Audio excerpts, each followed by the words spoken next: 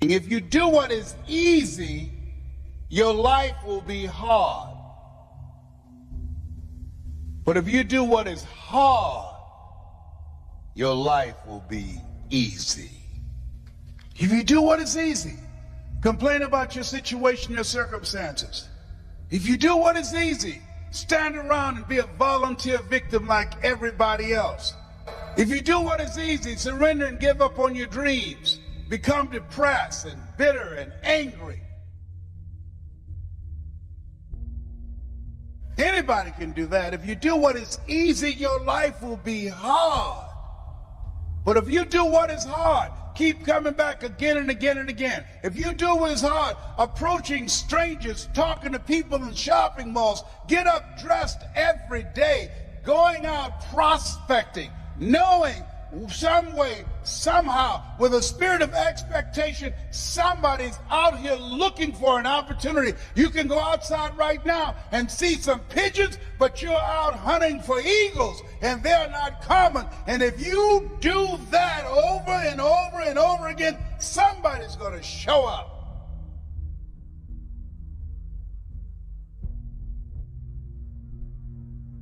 Just acknowledge what's going on. It's called life. And keep on working on your dream. Continue to keep on knocking, because this is your life. This is what you love. This is your passion. Step back. Don't judge it. If you judge it, judge not yet, lest ye be judged. Why? Because when you judge it, you invest emotion in it, and that emotion could be anger, and guess what? That hurts you. That doesn't hurt anybody else. One doctor said, the man who angers me killeth me. And then he allowed someone to egg him into an argument on the floor of the National Medical Convention and suffered a massive heart attack. When you're in a state of anger, you have so much acid in your blood, if they withdrew some blood from you and inserted it into a pig, it would die from the acid. So what do you want to take yourself out early for by internalizing things? Shakespeare said, nothing is neither good nor bad, but thinking makes it so. So judge not according to appearances, but right judgment, and feel that everything is going to work out for you because you're patient, you're persistent, and you're going to be positive no matter what. Don't allow other things or people or circumstances to determine what your reaction is going to be. I was out to dinner with some people, and we had a waitress that was quite discourteous and rude. And the people around me took an attitude about it. I learned how to observe life. I think that in order to overcome life, you've got to learn how to observe it. Just stand back and watch what's going on and choose not to buy into it.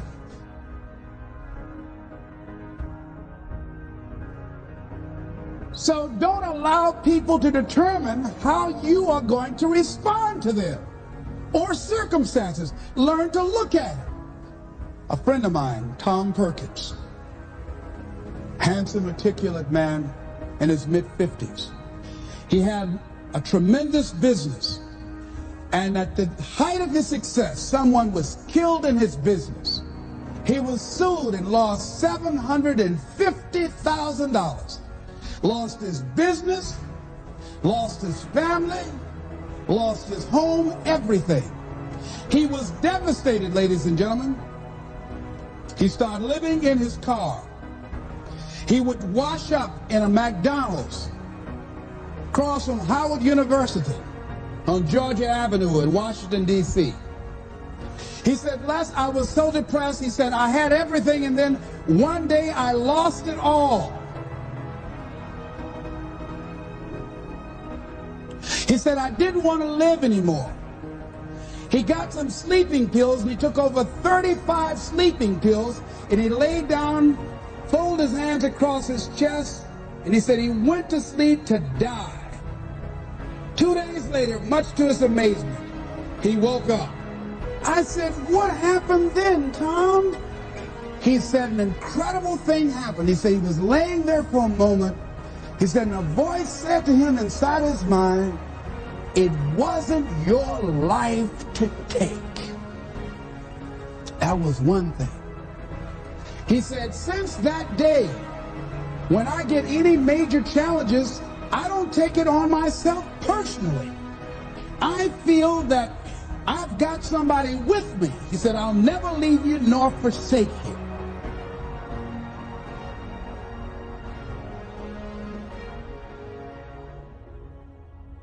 See, whatever you're worried about, if someone call you right now and say, listen, you got 2 days to live, I'm telling you, you won't be worried about your bills, ladies and gentlemen. So put things in perspective. Here's something else Tommy said that I think is important. He said that the voice also said to him, if you change your ways, I'll give you far more than you ever lost. Look at your life right now. If you want to keep on getting what you're getting, keep on doing what you're doing. You've got to be willing to change your ways. Your life is working. If you don't like what you have produced, you're a director, you are the star, you wrote this script.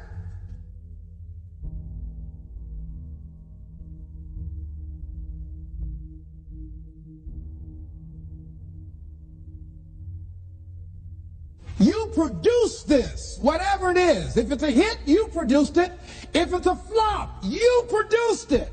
Take ownership of it and decide to go back to the drawing board and rewrite the script that you are the star of. You have the power to do that. On this day, you can declare that I'm going to change. As you look back on your life, you can decide that I don't like what I produced here, and I want higher ground.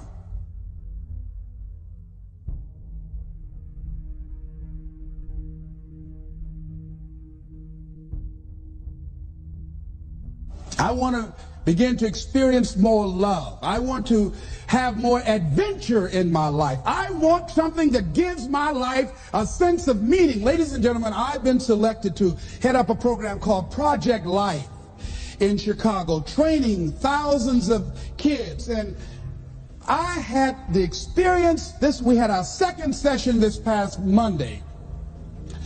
And to see these young people when they came in, and to see the young people and the parents and the community volunteers when they went out.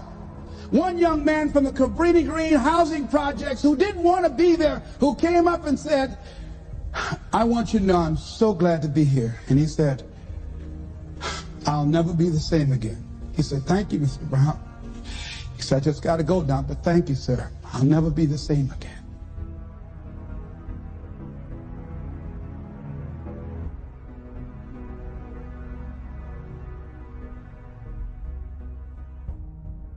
A letter I got from a young man who was in the Cook County Jail where I work on Monday morning.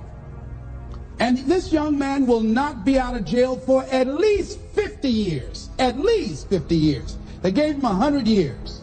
This guy has shot at least 60 people that we know of and killed 10 at least. And this letter he wrote, he said, since listening to your tapes, he said, I have not changed, but I feel a different person in me.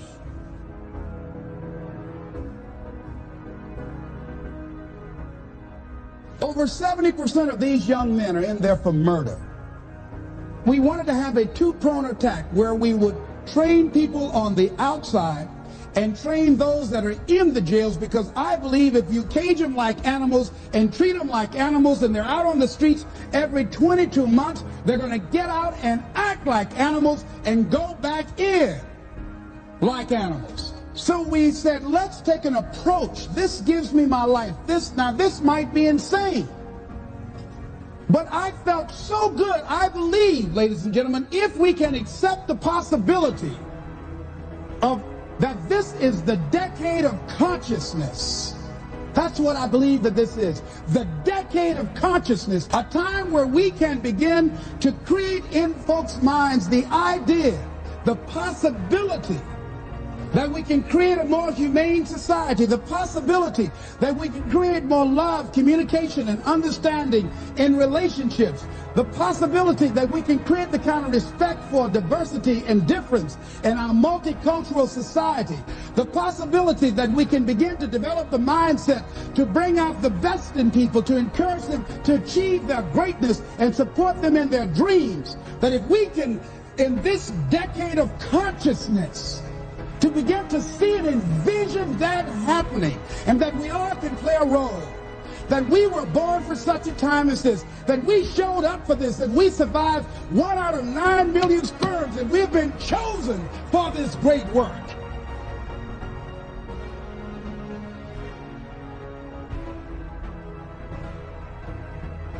Here's something else to recognize. Wherever you are on the ladder of life, and I was reading in Dr. Norman Vincent Peale's latest book called The Power of Positive Living, which I think is his greatest work. And he has something in there, a section called Comeback Power. Wherever you are in life, ladies and gentlemen, you've got comeback power. I don't care how low you are. I don't care what you have done. I don't care what you have experienced. I don't care how devastated your life might appear to be, the shambles it might be in. There's a power in you that can enable you to be stronger and better than anything that's out here. One man who came to the training, he was not a kid. And I knew he had a drinking problem, and he was looking at me, and I could smell alcohol on him. I said, "Excuse me, come here, come here, come here." He said, "What is it?" I said, "Let me tell you something. I want you to know you've got something in you that's stronger than that poison you're putting in your body."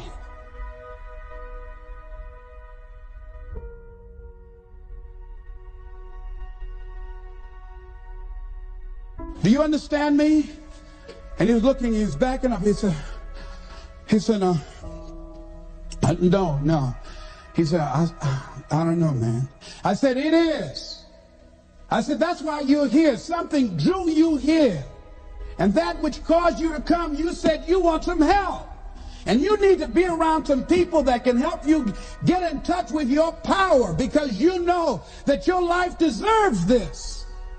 See, I think that the reason that we abuse ourselves with drugs and alcohol is that we're trying to numb something in us that's aching us, that's urging us, that's nagging us to do something bigger and better. It can't be because it tastes so good.